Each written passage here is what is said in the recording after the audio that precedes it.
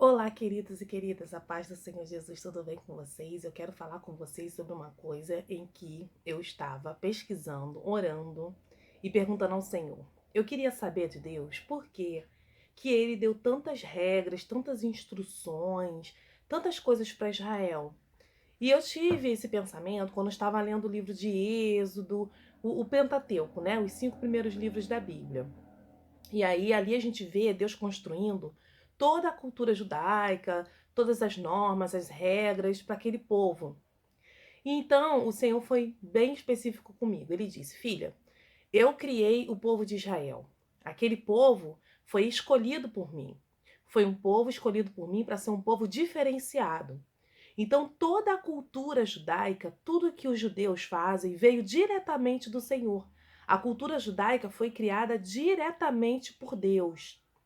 Então, diferente das outras populações, das outras cidades, das outras culturas, dos outros povos, Israel teve toda a sua cultura dada pelo Senhor. E era um povo eleito, era um povo diferente. Era o povo onde o Senhor tinha escolhido para nascer o Messias, o nosso querido Jesus. Então, toda a sua cultura foi dada por Deus, toda ela. E eu quis entender por que Jesus usa a figura do casamento judaico para falar da sua volta, do rapto da noiva e daquilo que ele vai fazer no futuro. Então o Senhor falou: Bom, filha, se eu dei toda a cultura, tudo que é cultural para o povo de Israel, obviamente que essa cultura também seria levada em consideração para explicar para vocês certos detalhes sobre a volta de Jesus. Então, a gente entende que, apesar de Israel ter sofrido tantas coisas, e apesar de hoje em dia o povo de Israel estar tão distante do Senhor e não ter reconhecido Jesus Cristo como Senhor e Salvador, como Messias, Deus não se esquece de nada que ele faz. Nenhuma aliança que Deus faz, Deus joga de lado. Não. Deus é fiel, ele é fiel às suas promessas, ele é fiel às suas alianças e ele é fiel a tudo que ele faz, até o fim. Então, a cultura judaica continua sendo para nós um espelho daquilo que o Senhor vai fazer com relação à nossa salvação, ao arrebatamento, ao fim dos tempos. Então, muitos símbolos que tem na cultura de Israel, as festas das colheitas, as festas judaicas, os costumes, muita coisa disso o Senhor vai nos usar e usar para nos ensinar sobre o que a gente precisa aprender sobre o final dos tempos. Então, o que eu venho trazer para vocês hoje é uma história do casamento judaico. Como é o casamento judaico? Quais são as práticas desse casamento? O que antecede esse casamento? O que acontece nesse casamento? Por que Jesus usou a figura do casamento judaico para falar da sua volta? Por que Jesus se denomina como noivo e ele chama a sua amada como noiva, né? Por quê? O que o Senhor quis dizer com isso? Será que é só uma historinha? Ou será que realmente o Senhor está querendo nos mostrar alguma coisa com essa história do casamento judaico? Vocês vão ouvir agora toda a história do casamento judaico. E depois a gente vai chegar a uma conclusão sobre o que o Senhor quis dizer quando ele usou o casamento judaico como a figura de sua volta. Vamos lá? Preste atenção que a história é muito bonita. O nosso Senhor era judeu e ele fazia coisas como um judeu. Frequentemente, se consultarmos as leis e costumes judaicos, vamos achar muitos motivos para atitudes tomadas pelo nosso Senhor. Vamos considerar aqui os costumes judaicos relativos ao matrimônio. Obviamente, esses costumes variavam de nação para nação e de tempos em tempos. Inclusive, no mundo de hoje, vemos diferentes padrões sendo acrescentados à cerimônia de casamento em diferentes países. Os judeus têm sua maneira peculiar, baseados na velha aliança, e o Senhor, como veremos a seguir, essas tradições e peculiaridades quando escolheu a sua noiva. Devemos primeiramente notar que entre os judeus não existe tal coisa como namoro ou corte, como observamos hoje em dia. Casamento para eles era uma matéria legal, estabelecida por contrato e levada adiante por procedimentos lícitos e exatos. Esses procedimentos existem hoje de várias formas na cerimônia das bodas judaicas. E nos tempos de Jesus, isso era muito mais complexo e fascinante. Quando um jovem judeu, nos tempos de Jesus, encontrava a mulher que queria, ou a mulher que seu pai dizia que ele queria, ele deveria se aproximar dela com um contrato de matrimônio. Ele deveria ir à casa dela com uma proposta, com um acordo legal e verdadeiro, dando os termos pelos quais ele estava procurando o casamento.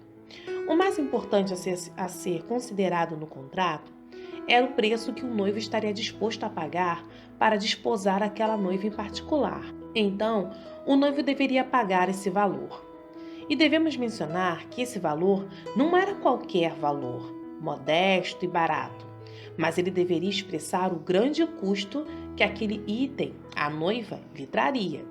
Essa era a ideia. O jovem não deveria se iludir se estaria adquirindo algo que não lhe fosse dispendioso, cobrando barato. Ele deveria pagar caro pela noiva que escolhesse. Quando esse assunto estava encerrado, o noivo deveria partir. Ele deveria fazer um breve discurso à sua noiva dizendo: "Eu vou preparar lugar para você." E ele deveria retornar à casa de seu pai. De volta à casa de seu pai, ele deveria construir para ela uma câmara de núpcias, uma pequena suíte, na qual eles teriam sua futura lua de mel. Devemos notar que esse era um empreendimento complexo para o noivo. Ele deveria realmente edificar um aposento separado da casa de seu pai. A suíte nupcial deveria ser linda. Ninguém passa lua de mel em qualquer lugar. E ali deveria haver provisões estocadas, pois a noiva e o noivo deveriam permanecer 7 dias ali dentro. 7 anos para a noiva de Jesus. Esse projeto de construção tomaria praticamente 1 ano. E o pai do noivo deveria ser o juiz sobre quando a obra estaria terminada. Nós podemos ver a lógica nisso. Obviamente, se fosse atribuída ao noivo, ele faria qualquer coisa e logo iria correndo buscar a garota. Mas o pai do noivo, que já havia passado por isso na vida e estava menos ansioso, deveria dar a palavra final sobre a obra estar terminada e liberar o noivo para ir tomar a sua noiva para si. Por sua vez, a noiva estaria obrigada a esperar pacientemente. Ela deveria gastar tempo em preparar seu enxoval e estar pronta quando o noivo chegasse. A tradição mandava que ela deveria ter consigo uma lâmpada de óleo, em caso do noivo chegar em altas horas da noite escura, pois ela deveria estar pronta para viajar de um momento para o outro, assim que solicitada. Durante esse longo período de espera, ela deveria ser conhecida como consagrada, separada e comprada por preço. Ela era verdadeiramente uma senhora à espera, mas não havia dúvida sobre o retorno do noivo. Algumas vezes o jovem poderia se ausentar por um período realmente longo, mas obviamente ele tinha pago um alto preço por sua noiva, e apesar de haverem outras mulheres disponíveis, ele certamente voltaria para sua escolhida, com a qual havia celebrado o contrato. A noiva, nesse período de espera, deveria usar um véu, sempre que saísse de casa, a fim de que outros jovens soubessem que ela estava comprometida e assim não se aproximariam dela com outra oferta de casamento. Hoje, a noiva de Cristo deve se apresentar com um véu, um posicionamento. Aqueles que não compreendem nossa aliança com o Senhor tentarão nos oferecer outros contratos que violariam aquele que fizemos com o nosso noivo. Ela deve resistir aos que ofereçam traições e aguardar por aquele que pagou o preço por ela. Quando o ano vai passando, a noiva deve convocar suas irmãs e suas melhores amigas e todos os demais que deveriam ir com ela para as bodas quando da chegada do noivo. E todos deveriam ter suas lâmpadas com óleo prontas. Se nessa altura alguém, vendo o noivo trabalhando para concluir sua câmara nupcial, perguntasse a ele: "Quando será o grande dia?", ele teria que responder: "Só o meu pai sabe." Finalmente, a câmara nupcial ficaria pronta, e o noivo deveria então convocar seus jovens amigos para acompanhá-lo na jornada ansiosa em busca da noiva. O grande momento chegou e o noivo está mais que preparado, isso podemos ter certeza. Ele e seus amigos deveriam entrar pela noite, tentando de tudo para fazer a maior surpresa para a noiva. E essa é a parte romântica. Todas as noivas judias eram roubadas. Os judeus tinham um entendimento especial do coração das mulheres, que êxtase e aventura para ela ser abduzida, tomada durante a noite, não por um estranho, mas pelo que a amou tanto que pagou alto preço para tê-la. Na casa da noiva, as coisas deveriam estar prontas. Para ter certeza que a noiva teria a maior surpresa, pois o noivo tentaria chegar à meia-noite enquanto ela dormia. Mas as lâmpadas de óleo deveriam estar prontas e o véu deveria estar na mão. E enquanto ela dormia, vestida de noiva, ela deveria ser surpreendida com a chegada do noivo e pronta para seguir com ele. Agora, existem regras a serem observadas quanto aos sentimentos de uma mulher.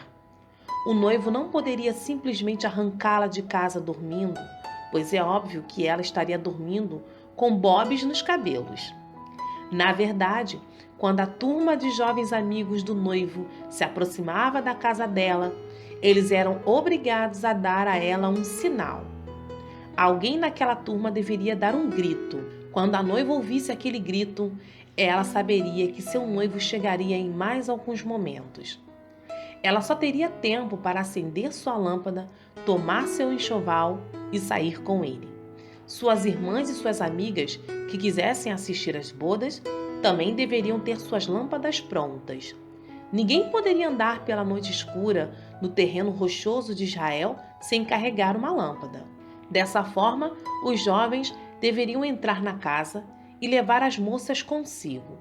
O pai da noiva deveria olhar a situação com outros olhos, verificando se aquele era realmente o rapaz que havia contratado o matrimônio e acompanhando a saída do grupo. As pessoas do povoado certamente seriam acordadas de seu sono, devido à alegria nas vozes dos jovens carregando suas lâmpadas e fazendo festas pelas ruas, e todos ficariam sabendo das bodas que estavam acontecendo. Hoje, ouvimos carros buzinando, mas naquele tempo, eles viam as lâmpadas clareando a noite escura. Os que observavam, talvez, não identificassem a noiva, pois ela continuava usando seu véu. Mas ela voltaria às mesmas ruas uma semana mais tarde, com um noivo, e então não estaria mais usando véu. Com o retorno da noiva junto do seu noivo, todo o povo saberia quem realmente havia se casado e entenderiam o verdadeiro significado daquelas bodas. Quando o grupo chegasse à casa do pai do noivo, a noiva e o noivo deveriam entrar na câmara nupcial e trancar a porta. Ninguém mais poderia entrar. O pai do noivo, enquanto isso, deveria receber os convidados para as bodas, seus amigos, e estarem prontos para celebrar um novo matrimônio, já que o casamento duraria 7 dias, até que a noiva e o noivo saíssem da câmara de núpcias. O trabalho era de grande monta. Ocasionalmente, os anfitriões poderiam ficar sem vinho para servir, como lemos em João 2. Mas as celebrações não começavam imediatamente. Primeiro, o matrimônio deveria ser consumado. Os judeus eram um povo sujeito a muitas leis, e a lei declarava que a noiva e noivo deveriam se tornar um só antes do casamento ser reconhecido. Dessa forma, um dos amigos do noivo, que chamaríamos hoje padrinhos, deveria ficar à porta da câmara, aguardando o sinal da voz do noivo. Quando o matrimônio fosse consumado, o noivo deveria anunciar ao padrinho a porta, e este deveria anunciar as boas novas aos convidados.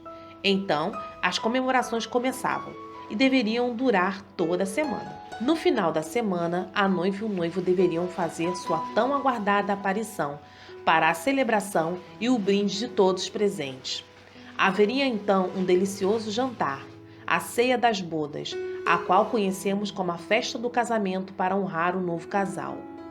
Neste momento, a noiva se apresenta sem o véu, pois agora ela já é uma mulher casada, e todos deveriam conhecer quem era a eleita do noivo. O novo casal e todos os convidados deveriam então encerrar a semana desfrutando de uma magnífica festa. Após a ceia das bodas, a noiva e o noivo deveriam partir, não permanecendo mais tempo na casa do pai do noivo. Eles, por outro lado, deveriam agora ir para a sua própria casa, preparada de antemão pelo noivo. A noiva de Cristo ficará por 7 anos no céu, na casa do pai do noivo, e então retornar com o noivo e ocupar o reino que ele preparou para eles. Quando a noiva e o noivo viajam de volta pelo povoado, todos os habitantes percebem que eram os noivos e onde eles passarão a morar desde então.